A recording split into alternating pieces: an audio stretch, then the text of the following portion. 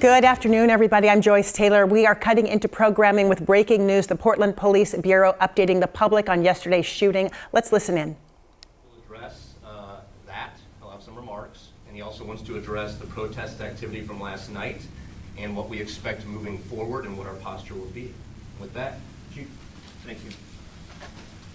Good afternoon, everyone. Thanks for joining us today. I recently read the Declaration of Independence for the first time, and this great document we're going to celebrate 250 years this July. And there's that commonly referred to line about certain inalienable rights, and among these are life, liberty, and the pursuit of happiness. But the line that immediately follows what struck me as a seasoned law enforcement professional, and it says that to secure these rights, governments are instituted among men, deriving their just powers from the consent of the governed. And that is really a passion of mine and the Portland Police Bureau, that we understand that we derive our powers from the consent of the governed, that Portlanders have expressed to us how they desire to be policed and how they desire to interact with their local law enforcement. That will always continue to be a priority of mine. And we have done that remarkably over the last year, particularly in the area of public order.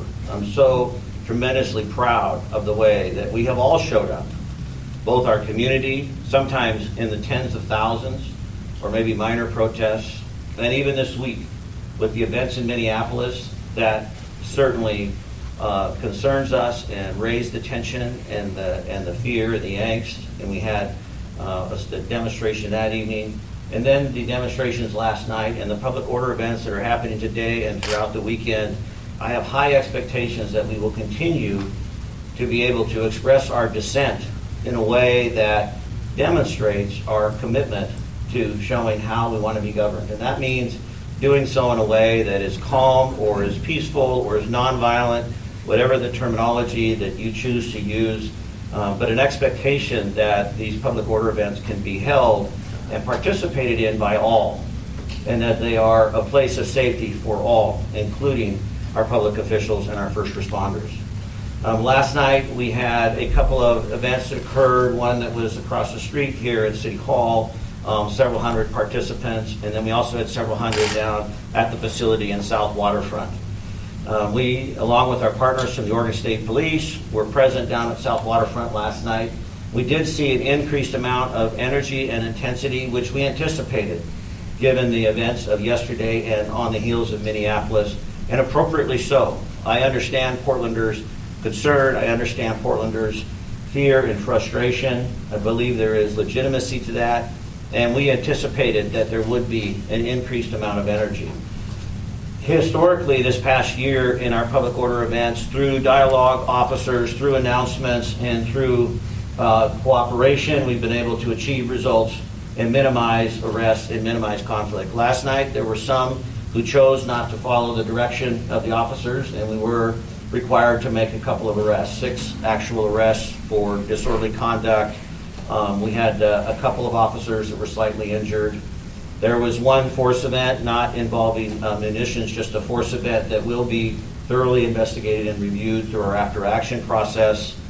But overall, considering the heightened amount of energy and concern last night, I'm still very grateful for the overall event and the participation, and in looking forward to the weekend where we can continue to demonstrate our ability to express those First Amendment rights. We will continue to be challenged with all of the various influences that are coming upon us, but I'm asking and encouraging Portlanders to not lose the credibility that we have built up, not only locally but nationally. I will tell you that police chiefs from around the country and I have talked about how Portland is managing, and I'm hopeful that although the concern is high, that we will have a peaceful but robust and active weekend. We encourage that participation. I was asked yesterday in the press conference about the Tren de Aragua group, also known as PDA. At that time, I did not have pertinent information as to their potential role or involvement here in the city.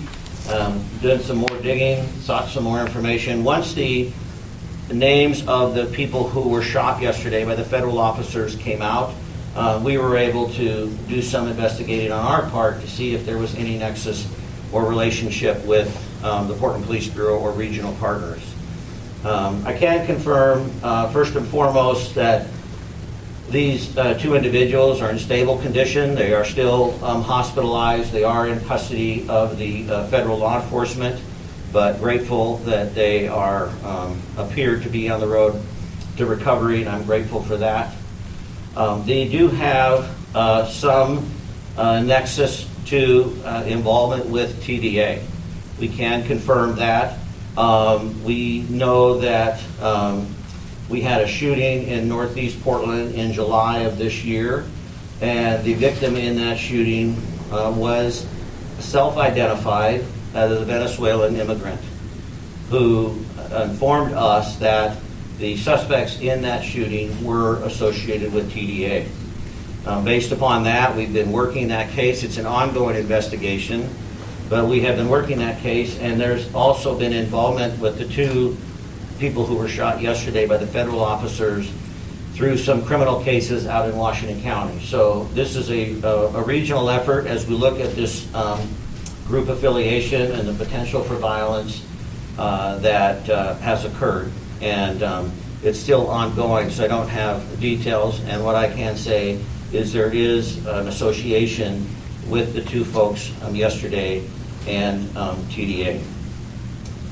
I hesitated to even share this information initially because I'm very aware of the historic injustice of victim blaming, oftentimes portrayed by law enforcement, including this very agency that I've represented so proudly for so many years. And historically, we have not been quick to disclose the potential criminal history of others.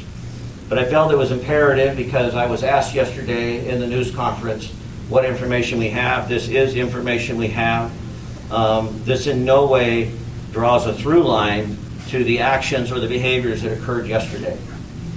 I want to speak for just a moment specifically to my Latino community.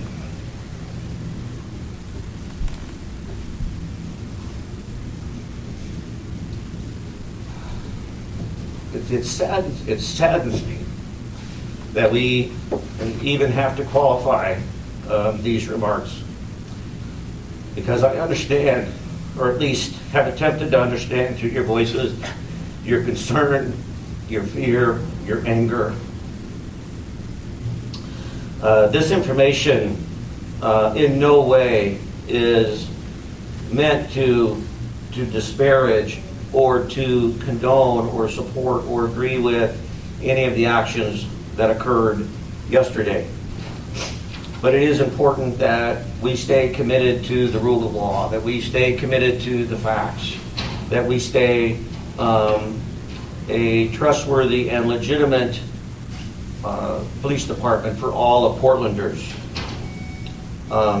We are currently involved in this investigation with our federal partners, which I'm very grateful for. And we have been able to assist and provide perspective and have a small area of participation as this investigation continues. I am proud of the relationships we have with our federal partners. We have relied upon them in many ways through the enforcement of human trafficking, fentanyl, gun violence, etc. And I have appreciated their work on a local level, and their willingness to have us engage in the investigation at this time, I think, is a demonstration of that ongoing relationship and information sharing. I believe in doing so, this will help hopefully bring some transparency to the process for Portlanders to be able to recognize. I'm also in regular communication with the district attorney and Attorney General Dan Rayfield, and their teams as well are supporting and participating in this process. When I say participating, I want to be clear. This is not a parallel investigation by the Portland Police Bureau. We are present, but we are not conducting our own independent investigation. That's not our role in this, and would not be the necessary information to do that would not be made available to us because we're dependent upon that participation and cooperation with our federal partners. But we are at the table, and we are learning as we go, and hopefully, because this is new territory for us, that once the investigation is completed, there'll be an opportunity to share that information holistically. I can't speak to that currently. So, with all that, I think we're ready for a few questions. Yeah, we'll do we have about 10 minutes or so for questions and answers. And as Chief mentioned, when it comes to the criminal group Tren de Aragua, we cannot get into great detail about these cases because they're open and ongoing. So I just hope you keep that in mind, and also just know how the questions might resonate with our Latino community, one that obviously the Chief has a great relationship with. So with that, we'll open up the questions and answers. Please state your name, who you're with, and who the question's for. And we'll have Chief do his best to repeat the question for the cameras as well. We'll start with Maxine.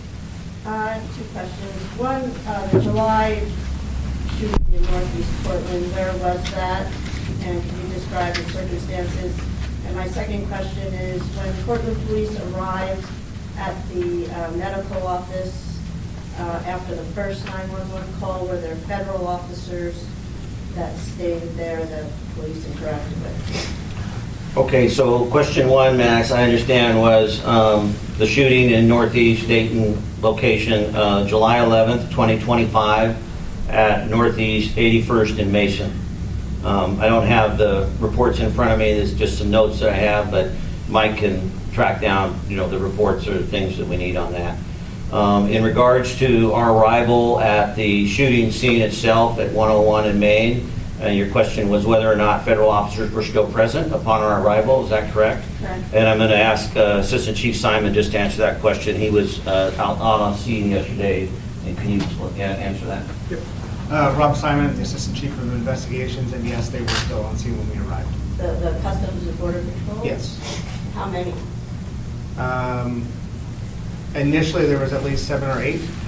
Then that number quickly grew as their investigative team showed up from various other federal agencies. And the black car that was left behind at that scene, that was that belonging to the federal officers? Since that's so integral to the part of the investigation, I'm going to limit that comment to not disclose that just now. Adrian. Thanks.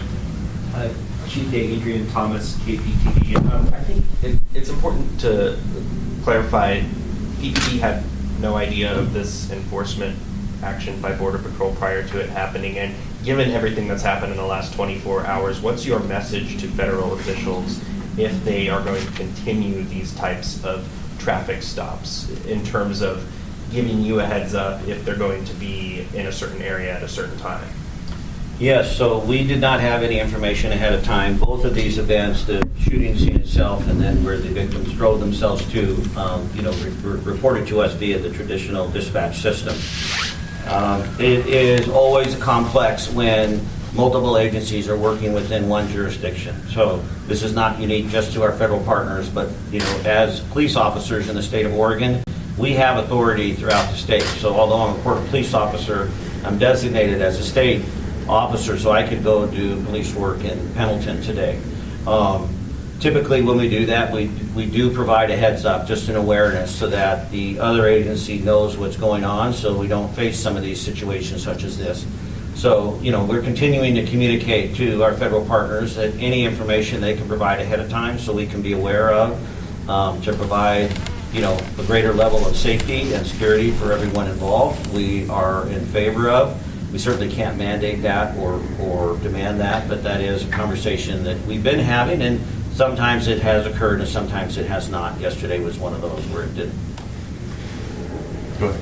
I have two questions. First of all, thank you so much for this opportunity to ask you some questions. One, aside from the affiliation or link to that July shooting, did these two individuals have any other criminal background? Had they been charged? Had they been convicted of anything? Or was it just that suspicion with that July? I have been advised that the woman was arrested for prostitution in Washington County, and that the male was present when a search warrant was served in Washington County. I don't know if they were together. I don't know if that was simultaneous, but that's the information that we received. And then my second question is about not just the tactics, but the rhetoric that the federal government has been using in relation to the immigration enforcement. How does that impact your ability to maintain your relationships with community members and to maintain trust? Yeah, so the question is regarding, the messaging that we see coming from the federal government, and how does that impact our ability on a local level? And I would suggest that this is challenging, not just on the part of the federal government, but really a responsibility that we all have in how we portray these events, and particularly when it comes to law enforcement action.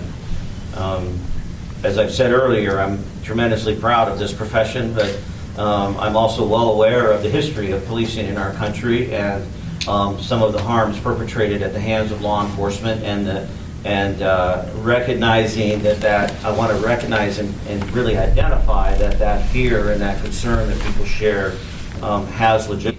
So on the other hand, it's in a profession that is called upon daily 260,000 times or so this year. In the last year in the city of Portland were calls for service. So people look to us regularly to step into spaces that are very complex and very difficult, usually with a great deal of risk. And the men and women of the Portland Police Bureau do that with immense bravery and training and preparation. And I am so honored to be able to be a part of that with them. Anytime that we have messaging that jumps to conclusions, anytime that we make assumptions or assertions, then we are definitely putting the entire system at risk. You're putting the investigation at risk, you're putting the legitimacy of the other officers' safety at risk, and you're certainly putting the community safeties at risk. And I think this is the crux of what we're really struggling with in a lot of ways, is we're all trying to find an area of certainty, which I totally understand. We are all trying to find an area of certainty. But the reality is that many competing truths can be held at the same time. Immigration enforcement is not new to this country. There was immigration enforcement under the Biden administration. There was immigration enforcement under the Obama administration. This is not something new. The manner in which it's being done is certainly new and questionable in terms of its approach. And certainly the emphasis is new. But the reality is that this building down in South Waterfront has been around for a long time. So that's a truth. But there's also a truth in, once again, the behavior and the actions that we're seeing that's causing so much fear in our communities, not just in Portland, but around the country. That's true. There's a role for public order. There's a role for demonstrations and for protests and for an expression of that first. That's a truth. There's a role for law enforcement to be able to provide that safety and protection for all Portlanders. That's the truth. These things can all be held at the same time. And where we are losing our grip is when we hold so tightly to just our own truth, and not recognize that these others exist. And I will tell you, the Portland Police Bureau will always be committed to the rule of law, and will always be committed to recognizing these many truths and trying to balance them and hold them all lightly and honoring them all at the same time. Has it hurt you, Chief, your relationship with the community? I think that our community, our relationship with the community today is stronger than it has been in probably at least decades of my career. I am so grateful. I have been on the phone almost 24 hours, other than a slight bit of sleep, with community leaders from across the spectrum. And that's why, even sharing this information around this association is so difficult and painful for me, because I understand from what I have been told that fear that suddenly this is going to be some wholesale blaming, this wholesale approval of the actions that happened yesterday, and that is not the case. Nothing that I've said today should be warranted in any way to affirm whatever happened yesterday as part of the investigation. But it is factual information we have. It is factual information that I was asked, and I felt the need to respond. Claire and then Alex. Claire, Associated Press, thanks for having us today. So both the man and the woman shot yesterday, they were both involved in that July shooting that you mentioned, and can you explain what their role was in that shooting exactly? I cannot say that they were both involved in the shooting on July 11th. I apologize. What I'm saying is, through the investigation of the shooting on July 11th, there became a nexus to them. Whether they were involved, I do not know. As far as I am aware, they haven't been named as suspects. They haven't been charged in it, but because of the information Portland police officers received on the July 11th incident from the victim, we then proceeded down the investigation, which led us to this information sharing with Washington County. But they have not been confirmed as the shooters? No, no, they have not been confirmed as the shooters. And the victim who called to report the shooting, what did they say? What were the circumstances of it? I don't have the details of that from the report. I just have been advised he was a Venezuelan immigrant. He did express to us that he believed that the people who shot at him were part of TDA. Now that the mayor has kind of explicitly said that he does not want ICE to operate in Portland, I'm curious, how does that impact your relationship with ICE and federal agencies, if at all? I mean, are you getting direction to back away a bit? Yeah, so the question was, with the comments from the mayor regarding having ICE out of Portland, how does that impact our relationships? And I appreciate Mayor Wilson, I appreciate his leadership, and he's been very respectful of understanding the importance that I place upon relationships with all parties involved. And so therefore, he has not given me direction otherwise to continue to be available. I've been on the phone today with some of our federal partners. We'll continue to be, throughout the course of the weekend and through this investigation. And I think that's really in the best interest of all Portlanders so that we can try to provide as much information in as timely fashion as possible. Joey and then John. Thanks, Chief. Joey Baca, Coin 6. The federal government's spoken a lot about this group, Tren de Aragua, on a national and international scale. Based on the facts that you've seen, like you just referenced, what kind of presence does this group have in the Portland area? Well, we're learning more about that. We certainly can say that there is a presence. It would not appear to be as significant as maybe some have been led to believe. I don't know if A.C. Simon has any more on that. You've been in conversation the last 24 hours, but you good with that? Yeah. So it is a regional approach. I will say I appreciate support with Washington County and the effort to try and figure out where some of these folks might be that are directly related. But we're definitely aware, definitely engaged. Even though I wasn't able to answer that question, I'm saying organizationally, we've got really skilled detectives that are working this and tracking this down. Hey, Chief. John Adams, KGW. Just to kind of build on that last question, are you familiar with any possible activities that TDA might be known as a group to be involved with specifically, either here or elsewhere, that have been maybe looked into or known? Yeah, the question is, do I have any specific knowledge of activities that TDA's been involved with, specifically locally or in the area? And I do not have anything specific more to share. What was communicated to us through the incident back in July with this victim, and as we have learned, is that oftentimes they will prey on their own Venezuelan immigrant population because they know that they have a reluctance to want to engage with law enforcement. But once again, this is something that we're getting up to speed on. Tommy.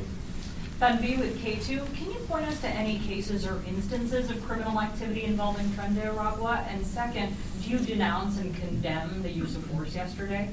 Two questions. Can I give a case or an example? I don't have a case for you specifically related to them. The other one is, can I condemn the use of force yesterday? No, I will not do that at this time. It's an ongoing investigation. We need to, as painful as it can be to hear these words from the police chief, we need to trust the system. And I understand how flat that can fall with so many people. Maybe I need to find a different terminology for that, but the reality is, I believe, as I see Max's eyes, I believe that this is the system that we have. It's the system that we're relying upon. It's the system that is in place, and I'm a systems thinker. I believe in the importance that not just, A equals B equals C, but that we look at it holistically. And there are so many aspects to the events of yesterday, just like there's so many aspects to the event of police officers' actions today. Not to draw a false equivalency, the events of yesterday, not only because of the seriousness, because of the effect on life, but also because of the national narrative and the intensity around it and all of the other collateral harms that we see happening. So I am going to continue to very much be committed and believe that the system can continue to work. And I have one quick example why I do that. And it was held right here in Portland, Oregon, in that building next door, where for 2 days, 3 Portland Police Command officers testified as the sole representatives for the city on why we did not need the National Guard deployed to the city of Portland. And based upon that testimony and based upon the excellent work of Portland Police Bureau members over the course of several months, a judge agreed with and cited in her report that the credibility of the Portland Police Bureau was definitely influential in that decision. And so the very fact that National Guard did not wind up on the streets of Portland is a testament to the behaviors and the actions of the Portland Police Bureau, and it's also a testament to the system continuing to work. So I'm going to continue to ask us and encourage us, and maybe I got to find another line, Max, sorry. We have a few more minutes, and then the gentleman in black. Sean with the Capital Chronicle. I was just curious, what changed from yesterday to today that allowed you to have this information about the nexus with these 2 individuals, and how did you get that information? Did you look at court documents? Did you talk to prosecutors? How do you? Yeah, so the question is what changed from yesterday to today around the information. Well, might be a little bit disappointing, but as chief of police, I don't have my finger on the pulse of every single thing that happens in the organization every single day. And when I was asked that question yesterday by the reporter regarding my knowledge and understanding of TDA, I answered truthfully when I said that I wasn't aware of any information, because I wasn't. But I do like to follow up and be respectful of each of you, and my commitment is to give you the information I have when I have it, if I can. So came back to the office and said, hey, what do we know? Also at that time, I didn't have the names. We didn't have the names of the people. They'd been identified. Once they were identified, then we could search our information. Then there was conversation among our investigators, and that's kind of how it all came together. Back in the back there. DHS described, Jack Billy, Cairo 7. DHS described this as a self-defense shooting. Do you understand that to be the case? I can't comment on the intent, of the officers, how they perceived the incident. That's certainly all going to be looked at, but that'll have to be borne out in the investigation. Max, a couple more questions, and we'll get the chief out of here. Have you asked for any of the body-worn camera or security surveillance, or have you seen it? Do you intend to seek it and release it? Well, as I said, FBI is lead, so any of that evidentiary information is going to be dependent upon them in terms of, release of that information. But I can tell you at this point, we've not seen any video or retrieved any video of the incident. Joey, Alex, and then we're going to call it. You mentioned getting caught up to speed on the connection with these 2 individuals in particular, but what kind of prior knowledge, if any, does the Portland Police Bureau have about Trendare Rawa presence, activity in the Portland area? Well, I hate putting Rob on the spot. He just took over this role of AC Investigations. He's had some conversations over the last 24 hours, but I don't know if there's anything to add or if that's been answered. I'm not aware of the historical practices of TDA in the Portland metro area, but again, I'm new in this role coming from another spot, so I could follow up with you and get you that information. But Well, maybe to rephrase, was the Portland Police Bureau aware of TDA activity and presence prior to this incident with CBP yesterday? Yes. Yeah. Oh, sorry, cut you off, but that one I can answer. Yeah, we were, because that's how the information came to us. I mean, literally, we're on the scene last night. Rob was out there, having a conversation. There's a sergeant out there. I mean, this is going to be a little bit disappointing, because it may, think that everything is just magical. But through that part of that conversation, sergeant used to be assigned to a unit that did a lot of shooting reviews, and began to connect the points and say, oh, I think I remember we had this conversation. This came up. then we were able to reach out to the investigators. So definitely the Portland Police Bureau had some of that information. We have a really robust shooting review process. We work with our ceasefire program. We work with federal partners in that way. This may have been touched on back then. We can go back and look. But certainly top of mind for us now is, and as Rob said, we can get you more information as it becomes available. Alex will be our last question. Yeah, just a quick one. We're hearing a lot of conflicting information about the injuries sustained by these two folks, whether they were shot in the chest or the arm, different spots. Do you know anything? Can you confirm any of those? Yeah, the gentleman was shot in the arm, and we applied a tourniquet upon arrival, and the female was shot in the chest. I was told today that they both had to have surgery, but as I said earlier, they're in stable condition. We're grateful for that. Thank you all for coming. We appreciate it. I do not anticipate any other media availability for the day, but as always, we will keep your newsrooms informed if anything comes up, and I will be working with our incident management team tonight, monitoring protest activity, and we'll, of course, keep everyone updated if necessary. With that, thank you and have a great rest of your day. Thank you.